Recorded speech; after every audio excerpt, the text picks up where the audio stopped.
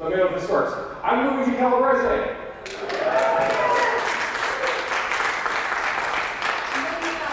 I've never done that before.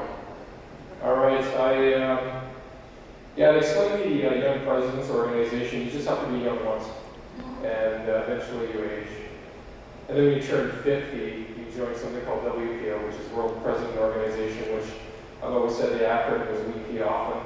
But I'm almost there. But I think the whole notion is in business management and business ownership, you start young. What it kind of delivered to me was a mentorship, which I think you guys are going to experience today as well, which is kind of exciting. So currently I'm your keynote, so I was going to have some fun with you. I put together a few slides. That's me with glasses. So we put together a few slides. I'm going to tell a few stories. And the whole idea was I wanted to tell some stories. I wanted it to be fun. I wanted to tell you stuff that's, these are things that I would talk about if I were with a bunch of my friends hanging out. And, I think, you can learn about business, you can talk about business, but the best stories are the ones that are kind of fun and silly, and I'm going to share a few of those with you. I'm also going to share kind of, things that I admire. You always hear about Microsoft and Apple and Google and things like that, and I always look at them a bit different. Like, I admire those companies too, but I'm a bit older than you guys, so what I admire about Apple is probably different than what you would admire about Apple. So I'll share with you some of my perspectives on this. So I got a fancy thing in my hand. What do I do? Act like Steve Jobs. Oh no, he's not. Sorry. How'd I do? All right. I'm going to take a second and just kind of acknowledge everyone that's going to be here today, and it's exciting. And I spent some time on the internet, and I do this type of thing. Right? Before I go into any presentation, or if I go meet one of my clients or whatever, I go to the website and I read about them because I kind of want to figure out who everybody is. And it's a neat thing, and people tell me that it's a cool thing that I do, but I think it helps me because I like to figure out who's at the table, I like to figure out who they are. I usually grab their name and I Google their name and I read a little bit about them. So it's interesting. The stories that you have are pretty exciting.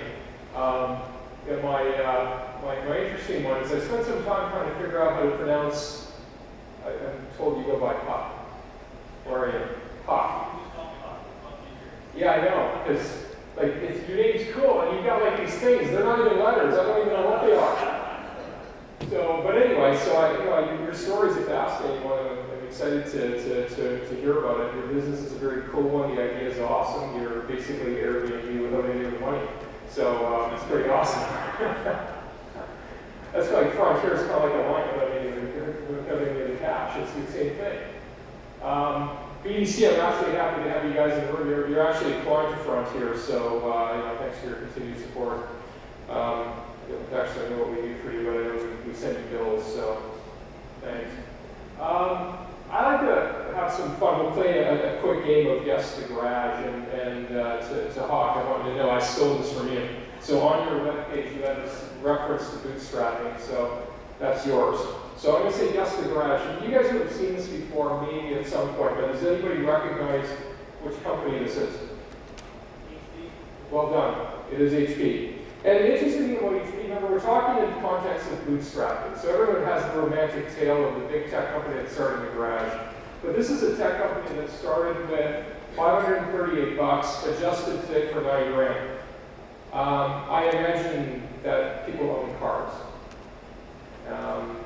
Maybe your car is worth about $90,000. One of the ways to get a business going is to sell the car. And this is, to put things in the context back then, a lot of people, the topic is raising capital, meeting with VCs. It's amazing how many of the biggest companies that are out there right now have started with just what I would call Hawk's notion of bootstrapping, which is really the way I've seen it done. When we were getting our stuff going, we didn't run around and raise capital. We just kind of shipped back to business and got it together, and eventually woke up one day and said, I don't need money. That's what I think most of these guys have done. So that's the HP story. Anybody know this one? Because you can't keep doing it, because it's just, but go ahead. Well done. That is Apple. So Apple is neat. So three guys. Everybody knows the three guys: Steve Jobs, Steve Wozniak, and Ronald Wayne. Nobody knows who Ronald Wayne is. Everybody knows who Steve Jobs was, and everybody knows who the Woz is. If you don't, if for no other reason, he's on Dancing with the Stars. Really cool guy, and I've had the honor of meeting him. He's a really neat guy. It's a really neat story. It's pretty exciting. Their first transaction was a very small one. They built a bunch of Apple Ones and they sold them to a company called Bike Shop. They had to raise money to pay for what we call WIP today, work in process. They already had a deal. So this is a company, but they already had a sale. So raising money when you already have a contract is very different than raising money because you have an idea. So they raised a little bit of money, they did their first sale. Ronald Wayne. Who's Ronald Wayne? Anyway, interesting point. $178 billion in cash. Not a very small place. It's not $170 billion in revenue. They have $170 billion just in cash kicking around. Ronald Wayne. So Ronald Wayne was the third partner at Apple. Now, you're not going to remember Ronald Wayne because he didn't last long. He just decided, I don't want to do this anymore. I don't want to. So he took his $800 and he said, I'm not. He sold Apple for $800. His share. He was a third partner in Apple. He sold his shares for $800. And if you look at that number, and I refuse to look at it because it hurts too much, you look at it. $35 million. He walked away from $35 million. If you Google Ron Wayne, you'll see stuff on Wikipedia. You'll see YouTube things. There's stories about him. He lives in Vegas. According to Celebrity Network, he's worth $300,000. I gotta imagine the worst part about being Ron Wayne is all the stories about Ron Wayne and not having $35 million. Anyway, but it's interesting that it speaks to picking your partners well. Because really, at the end of the day, I don't know why the partnership didn't work. I don't know why Hewlett and Packard worked well. I don't know why other partnerships have worked well. Now, for whatever reason, didn't. I don't know. Maybe, who knows? $800 seemed low. Now, the thing to remember with Apple, pretty successful company, probably possibly the most successful tech company out there right now. I think they have a higher valuation than Google today. What people won't remember is that Apple almost went bankrupt twice. It's an interesting fact that if you owned Apple stock at the beginning, it would be worth a gazillion dollars. But the reality is, you wouldn't have owned Apple stock. You would have sold it not the first time, but at least the second time. Because at some point, out of pure pressure, the company was just a disaster, and you just would have got out. And I have this view on Facebook. I have Facebook stock, and no matter what happens, I'm never selling. When I'm dead, I'm going to leave a note that says, don't sell this beacon stock. Just hold on to it. If it looks like it's going to go under, let it go under. I just have a theory. I'm a very strong believer. I don't have a Facebook account, but I'm a very strong believer about it. I think we're doing really cool stuff. Okay. Yeah, you're done. No way. You're never going to get this. Anybody? The car? This car? Well done. People get confused over this because of the Albuquerque, New Mexico, because everybody knows that Microsoft is Seattle. But the first office was actually located in Albuquerque, and it was actually in the Submariner Hotel. We basically had a rented room. Remember, we're talking about bootstrapping. So the idea is where they slept, where they ate, where they had pizza delivered, was also where they were coding. This was the first office. And the only reason they were in Albuquerque was that's where the creator of the Altair was, which is where they were developing the source code, and they were developing a compiled language for these guys. So they went down where the action was. There was a brief moment in time where the tech capital was, in fact, Albuquerque. It ended pretty quickly. Now, I like this story because it's kind of fun. Steve Ballmer, again, think about your partnerships, think about people. You have Paul Allen, you have you have Bill Gates, and you have Steve Ballmer. Paul Allen left early. Now, Paul Allen, you remember Paul Allen, he today is the owner of the Seattle Seahawks and Seattle Blazers, and a really cool boat. He's worth $21 billion. $17 billion. Steve Ballmer's worth 21. The part of the story I find most exciting, the reason I put on a slide, is Steve Ballmer's compensation when he started was a very neat deal. Gave me $50,000 and just give me 10% of the profit. It seemed like a good idea at the time. We're talking about young companies right now, and young startups, possibly tech startups. So think very smart about how you compensate, how you pay. Because you got one shot at creating partnerships and putting stuff on paper one time. These guys had one shot, one time. I don't know who Steve Ballmer was then, but today he's a pretty important guy. Maybe he wasn't intended to be an important guy. All I know is at the end of the day, he bought himself 80% of the company back then. Today, Steve Ballmer's worth more than Paul Allen at $21 billion. So, not a bad gig. I picked that picture, I just kind of liked it. 3 lessons learned: pick your partners carefully. I see this a lot. Some people don't. The startup course profile is not for everybody.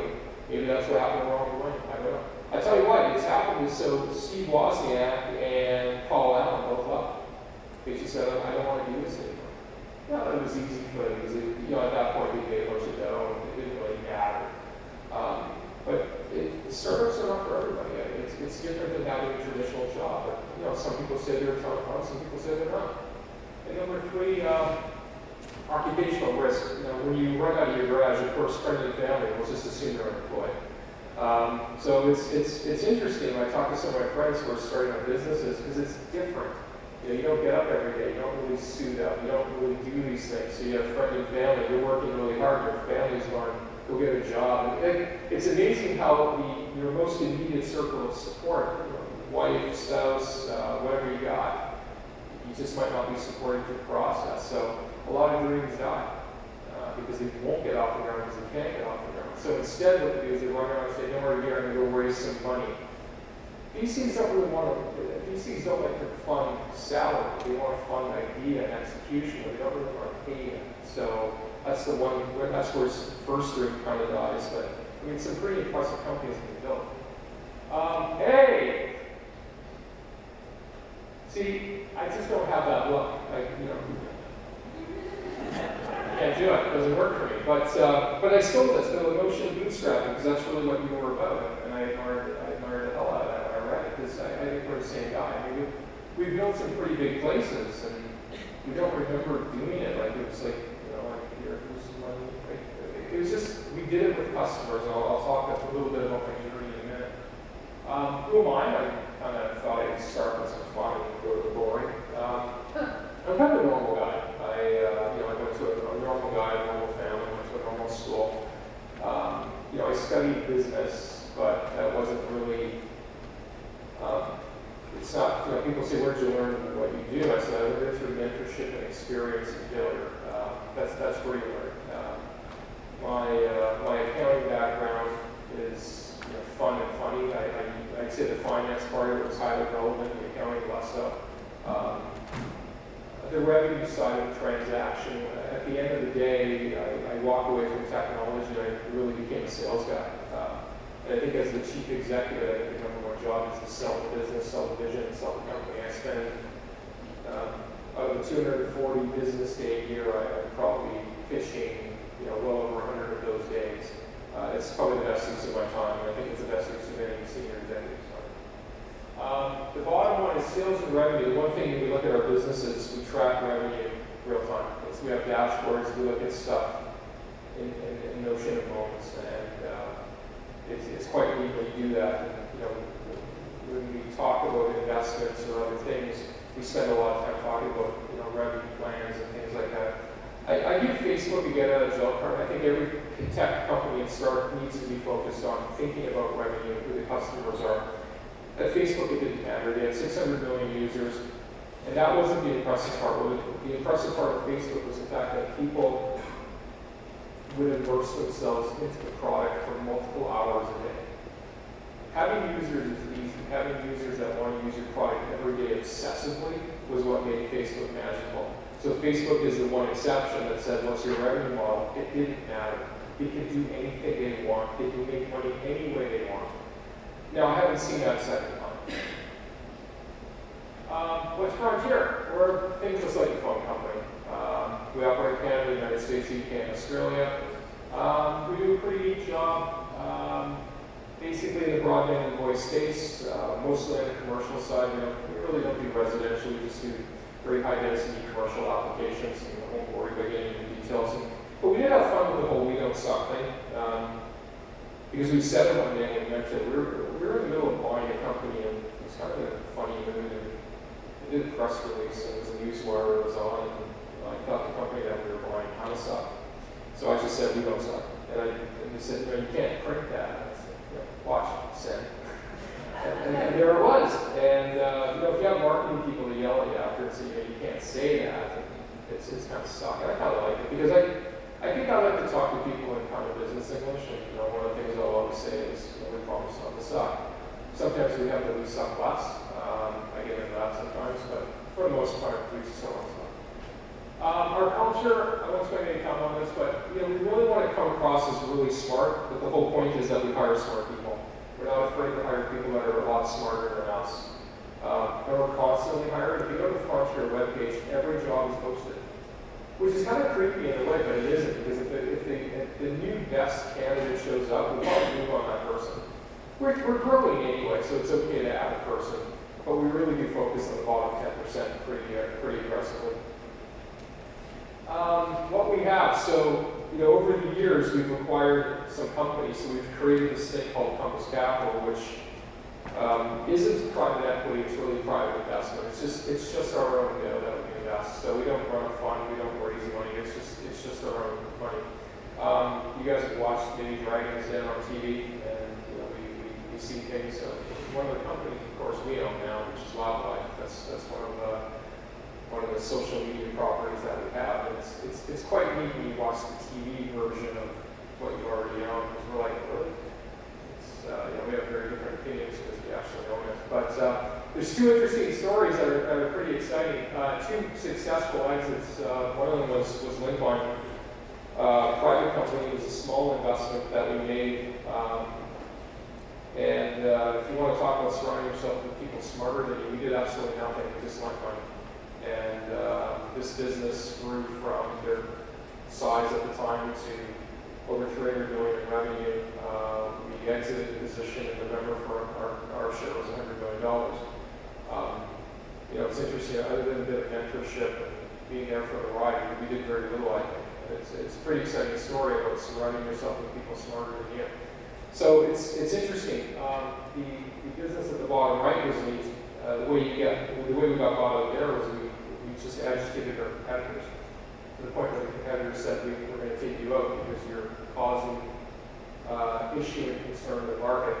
That was the polite way for saying you're taking our customers away. So I'll tell you more about that journey in a second. We got some new stuff that we're working on, which is kind of nice. I won't get into it, but I will get into it, the fact that we hire new teams. I have people that we've been successful with in the past, but I don't necessarily hire them or leave them where they are. But we tend to go out to the market and grab new young people every time. And I'm not an ageist, so when I say new young, what I really mean is new to me. I've worked with some really young 50-year-olds and some really old 20-year-olds, and it's interesting. You hear the notion of an old soul. It's not always good. I like energy, and energy is ageless. So I have dramatic hiring range that I really don't focus on age as much as I focus on attitude. Advice received. There's a couple of points that are interesting to make. One is build a business around your personality. That's really important. Some of the most successful businesses out there, what are you? Define yourself. Are you a fun company? Are you serious? Of course, you're always serious, but what's your culture? When you think about how you hire, how you get a customer, how you keep a customer, that type of stuff. So some of the best pieces of advice that I got were, keeping goals, constantly setting goals. That's kind of a framework for us. We're always in goal planning. We're always thinking about something. We want to release something by May 1. We make sure we hit May 1. We're really tight with our dates. If we talk about revenue projections, we hit them. If we think we're going to miss them, we can it early. And if we talk about not missing them, and so we've created that within our culture. We've created urgency deeply within the culture of our business. I've murdered myself. What have I done?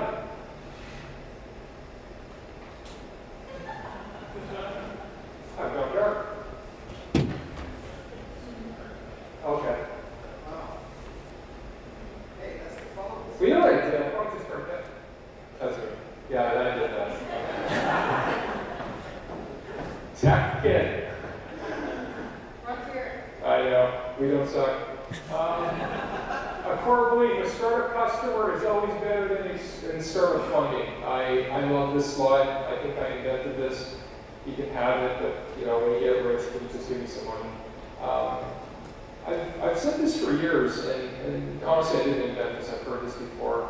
You can run out and raise money for your business, or you can run out and raise money because you're already successful to a point, meaning you have a couple of customers on the hook. Like, think about the historic story of Apple and Microsoft. Both of them had a transaction in hand, and then they ran around frantically trying to figure out how to fulfill it. And the romance of those two stories is how they actually did it, how big the business became. And in some cases, it began as a lie. Of course, I have a product and I can fulfill your requirements. Just sign the contract and I'll get it delivered to you. Line number one. Line number two is it'll be ready on Monday. I didn't say which Monday. So a lot of really big businesses have started that way. There's nothing wrong with that. So I pay a lot of attention to this one. This is kind of how I roll, and I'm pretty excited about that statement. So I threw together 10 things in the interest of having a list. I'm kind of a detailed kid, so I always like to 10, 9, 8, 7. I do a lot of speaking at weddings. Usually my friends get married more than once. I ask them if I need a second one, because it's always awkward. But I always I'm known for this top 10 list, and I always create a top 10 list. So here's your top 10 list. Number one, the harder you work, the luckier you get. I've heard this a bunch of times, and there's actually, I've seen this quote more often than not. I think when you talk to successful entrepreneurs, a lot of them use the word luck, and it's shocking how they talk about the word luck. And I remember at first I thought, well, this is weird. I don't see how luck has anything to do with it. Then you realize luck has everything to do with it. I mean, because people want to pretend it's tenacity and it's skill and intelligence and a bunch of stuff like that, but I don't know. I'm really believing that it's really a hard work / luck. And I'll tell you my definition of it. My definition is eventually you catch a break. If you take a run at something more than once, eventually you catch a break. And I think that's what happens. Eventually you catch enough breaks that you just don't have to try that hard anymore. But if you keep trying hard, that's where the hockey stick happens, and that's where you grow pretty quickly. So I've heard this many times, and these are from the people who would mentor me as well. And I asked them, what do you recommend? What do you do? And often they talk about this romantic notion of luck. Number two, this is kind of fun. The entrepreneur versus the entrepreneur. We always talk about entrepreneurship. And entrepreneurship is really intimidating because we're going to pick, we'll pick a victim. We'll pick you in the corner. Hi. So you're going to be an entrepreneur. So you're going to quit your job. Whatever job you have, you're going to quit it. You're not going to have any income at all. I don't know what your personal situation is at home. Doesn't matter. You don't have any money. You're an entrepreneur. Congratulations.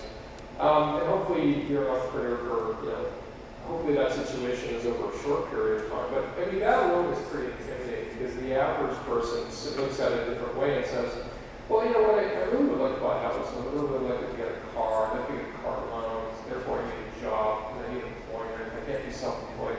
So the notion of entrepreneurship tends to die just because of this risk factor. There's an axis in independence that says, the spirit of business and commerce is directly proportional to your risk. And that's too bad because you can be an amazing business person, but if you don't have a risk tolerance, it means you're not going to be one. So that's why the notion of the entrepreneur, which is there's a notion of being an entrepreneur inside of an existing framework that's already successful, or, importantly, a company that isn't successful. A company that is not successful just needs to make 4 or 5 aesthetic changes, what I call structural changes, just to make it a better company. There's something to be said about being that person inside. Go get a job at a shitty company, turn it around. It's actually pretty amazing, and there's a ton of those examples that are out there.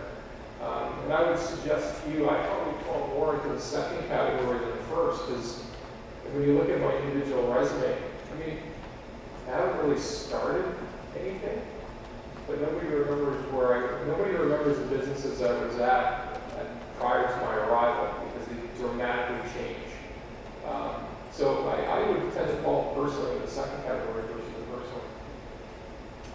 3, find out what motivates you. Remember, let's go back to the bootstrapping, let's go back to the partnerships. And you kind of define who you are. Are you the technology person? Are you the sales revenue guy? Are you the sales rep? Are you that guy who's going to run out and get customers? Are you the finance person? Because that's pretty important. But you can always hire an accountant, so you always got to be careful how you pick your partners. Now, if your finance guy is the guy who's going to raise the dough, like, hey, my dad's rich, to put the money in, that's cool. There's value to that. But just remember, you're picking your partners forever. Are you the project manager, or are you the money and lifestyle guy?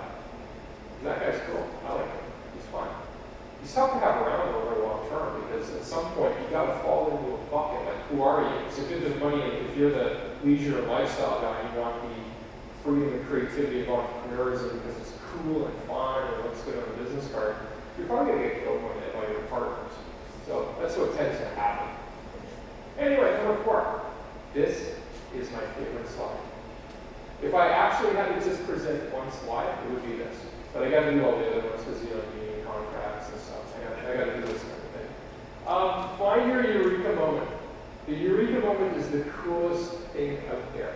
This is when you're in a business or you're lying in bed and you have this overwhelming feeling of the world's best idea. And I think the best way to describe a eureka moment is when an idea changes or eliminates everything else, like a complete game changer. There's a few examples of this, and I'm going to share one in a second. But it's the sudden insight that changes the way you look at a traditional problem. And I'll share a personal story on this one. Anybody remember wrestling? The late 80s, early 90s? Yeah, it's kind of fun, right? And so we're at age ourselves, all of the older folks here. Just point at me then. I didn't really just point at you, but big guys. There's a couple of older guys here like me, but I just want to pick on you a bit. I have a partner in my business, and originally his eureka moment, they were in the business of what they call IVR, interactive voice response. Press 1 for male, press 2 for female, right here your pin here, right here your credit card, that's IVR.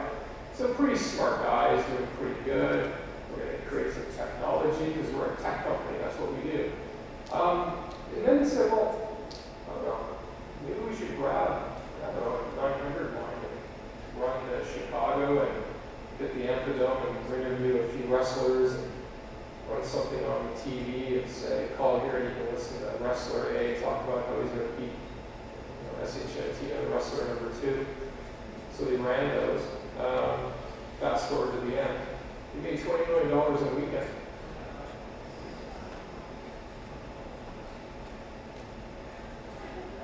Yeah, I hear the story, right? This is my partner. I hear the story.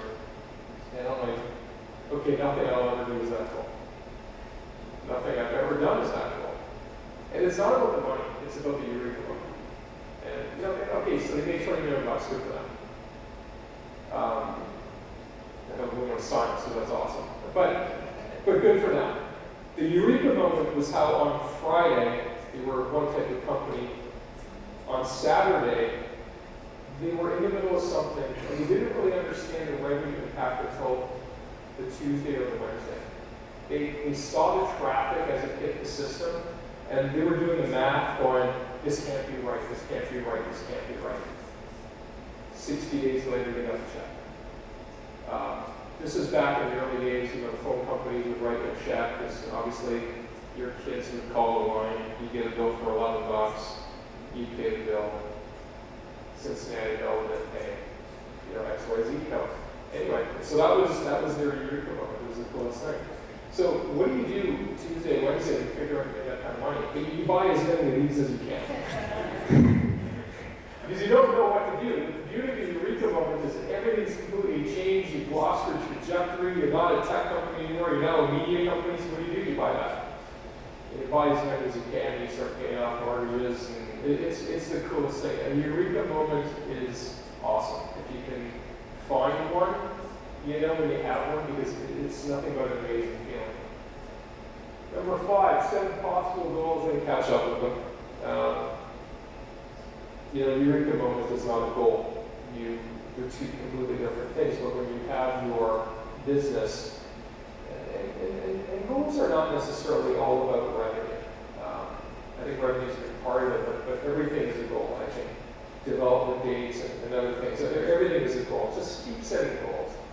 And while you're at it, you'll experience this if you work out in a gym. When you go by yourself, it's a different bunch, right? I go there, it's all right. I get it. Glad I went. When you go with your trainer, it's different. You crawl, hands and knees. I remember I left a mixed martial arts class, and I always tell when I go to that class because I remember visualizing the door and the distance to my car, and how I don't know how that's going to work.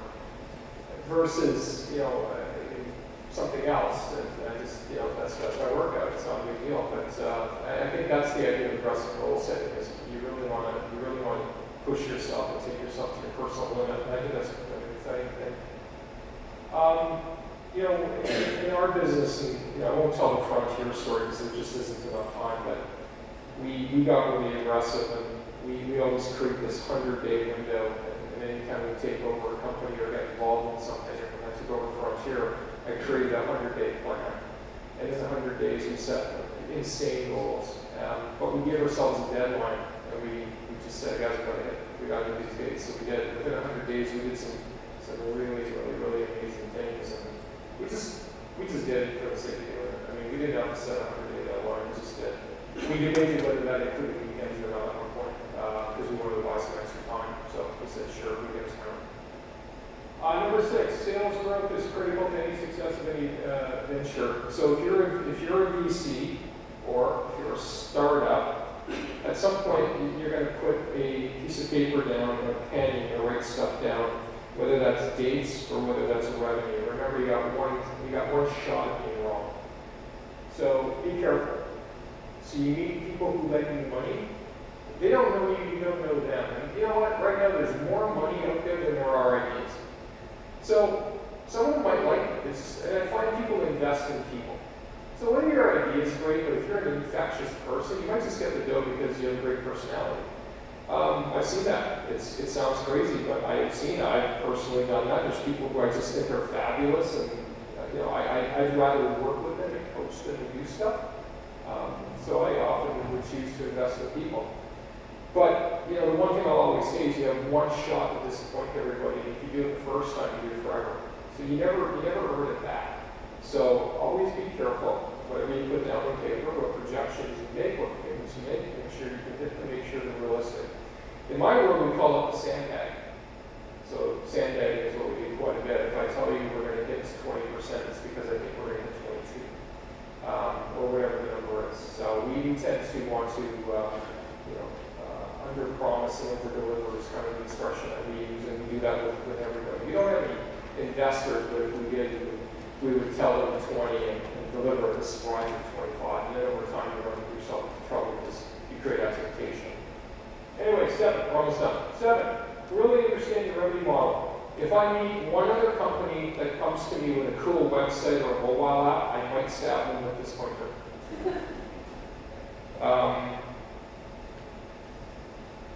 I don't think apps are cool. I don't think mobile apps are cool. I don't think websites are cool. I don't. I think the business adaptation is. So really it comes right down to it's not about the tech. I don't think Bungalow is cool because of the tech. I think Bungalow is cool because of the execution of the idea, the inventory, and the intimate attachment they already have with their users. I think Airbnb is the same way. I think Uber. Do you guys have Uber out there? Yeah, so it's going to suck when I get back to the airport. Anyway, I think Uber's cool. Uber is a taxi, or it's a car service, and you use your mobile app, and you press thing, you pick a car, you click it, it shows up, and it's less than a taxi. I think that's really cool. I have absolutely no opinion on the tech. So if somebody came to me and said, "Ooh, let me show you this really cool tech," I see it as tech.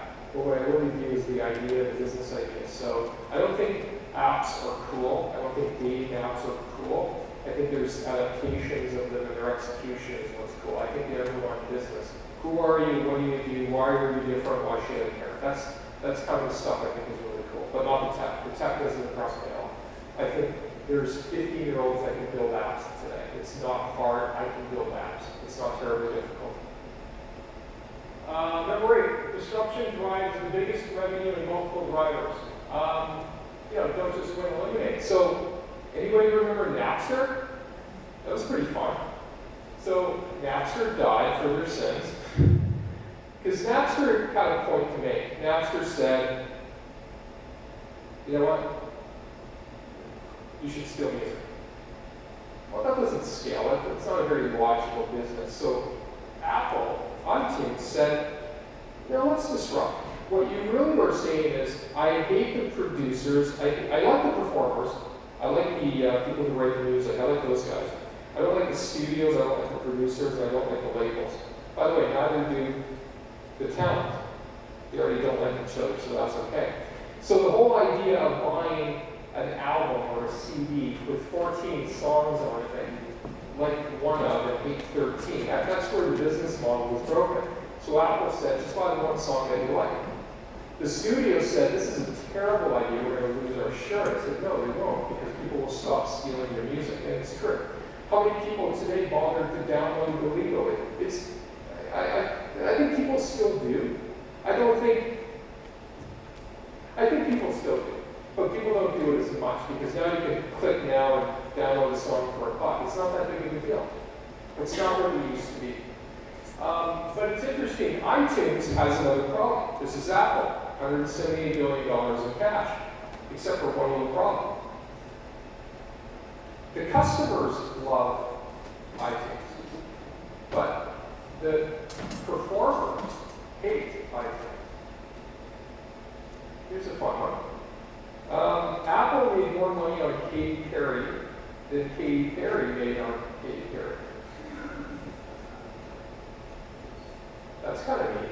So imagine you're Katy Perry, and 20% comes, and you're not Katy Perry, you're a series of vertically integrated supply chain. You're studios and people who write the music and a bunch of people.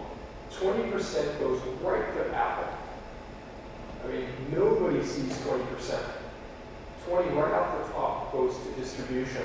What business in the world pays 20% to distribution? When you go buy something at Best Buy, they're not getting 20%. Distribution doesn't get 20%. Apple's getting 20%. So the problem's actually flipped on its side. The consumers love it, but the entire supply chain hates it, which is why you're going to see disruption again. I think Apple, this is an opinion, I think Apple has done amazing things. I don't think their future is a good one, because I think they just hit it. It has no place to go but down. Because the disruption will occur on the back end. I think people are going to look at it and say, I simply can't afford to keep giving you 20%. It doesn't scale for us. So the entire supply chain is going to say, I don't want to do this anymore. Yeah, that's just a personal opinion. Now, we build applications that we sell in the Apple Store, and it's amazing how physically restricted they are. So it's not just about us paying them a ton of debt, it's about them trying to tell us how our business model works. So they spend a lot of time telling us how to make money, and how you have to do it this way versus that way. And I'm like, why would I ever want to ask my distributor how I should make money? So this is just a theory. And Bandcamp is interesting. Bandcamp is, it's a website, it's an app. But it's where performers go to put all their stuff, and basically it's a good home for independent artwork. Except there's a lot of mainstream that's starting to go there as well, because you can go buy your music without going through the store. 9.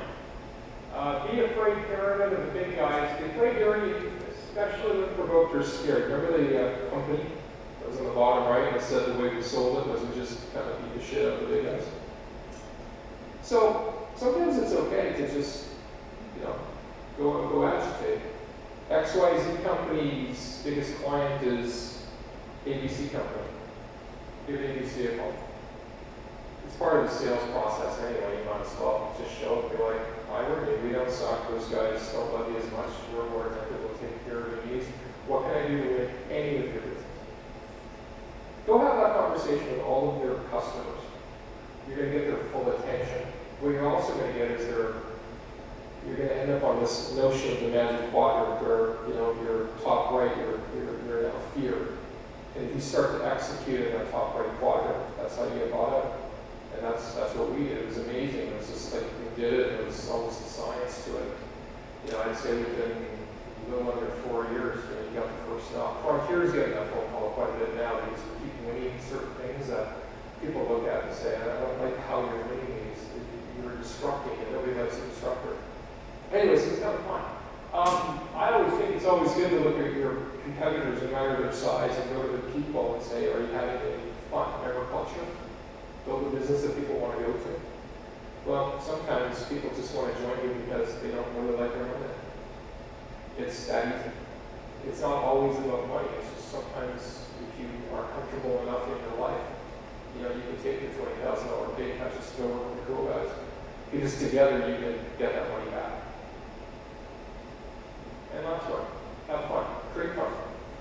In a business, having fun is one thing. Creating fun is very different. As president of the company, my definition of fun has changed a lot because my definition of fun is really when I find everybody's having fun. And everyone's a very good category for me. It's clients are having fun. The support staff are having fun. The sales team's having fun. So it's really the end execution. I really don't want to watch a bunch of sales guys have fun. That's not what I mean. What I mean is the entire supply chain. So revenue coming in, the whole thing, everything's working, the culture is good, nobody's yelling, nobody's screaming. We spend a lot of time making sure that the people are taken care of. We spend a lot of time listening.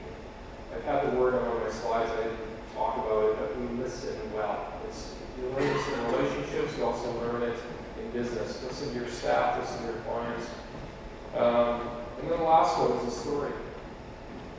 I stole that from, this is for any of the Apple enthusiasts, this is how Steve Jobs went in every one of his presentations.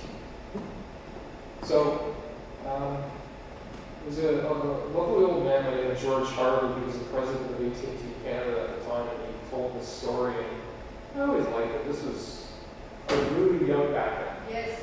Very young. Yesterday. Not yesterday. No, like a long time ago. And it goes a bit like this. Every morning in Africa, a gazelle and a lion wake up. And, I won't read it to you, I'll just tell you the story. The gazelle and the lion wake up, and every day they realize, I have to go get food. And one of them is food, and the other one is, hunter-gatherer scenario. So, the lion says, I got to run the fastest, and the gazelle says, I have to run the fastest. And this is every single day. And if the lion doesn't catch the gazelle, the lion's family dies. And of course, if the gazelle gets caught, well, the gazelle dies. So, the moral of the story? Every single day.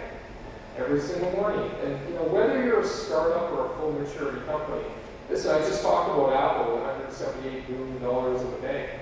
They don't have a lot to worry about, except I also made a comment that said, I think they have no place to go but down. So, are they the lion or the gazelle right now? And, in my mind, I clearly suggest that. I think they're the gazelle. So, I don't know, I think they're Apple. You got to wake up and every day like